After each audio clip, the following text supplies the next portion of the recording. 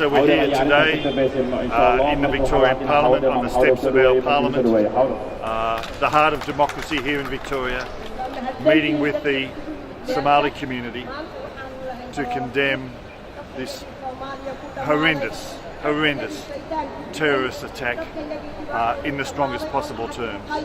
The death of 300 people from this attack is utterly unforgivable. It has affected members of the Somali community here in Melbourne who have lost loved ones, and we stand in solidarity as a Victorian Parliament and as a member who represents a number of Somali community members in my own electorate. I stand shoulder to shoulder in solidarity and with the deepest sympathy at this very difficult time for the Somali community, both here and at home. Thank you very much. Look, to the people of Somalia, to the Somali President, to the Australian Somali community, I absolutely condemn the outrage that has been perpetrated on you and your people.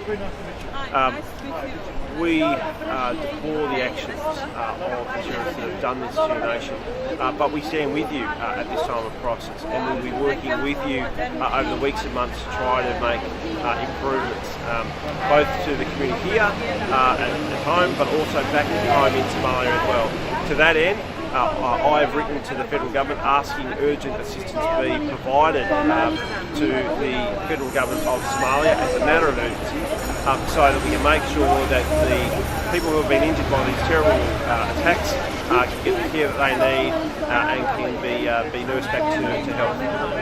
But at this time of crisis, the State Government of Victoria, myself as a member for Resident, Richard Wynne, the Minister for Planning, Robin Scott, the Minister for Multicultural Affairs, stands with the community at this time.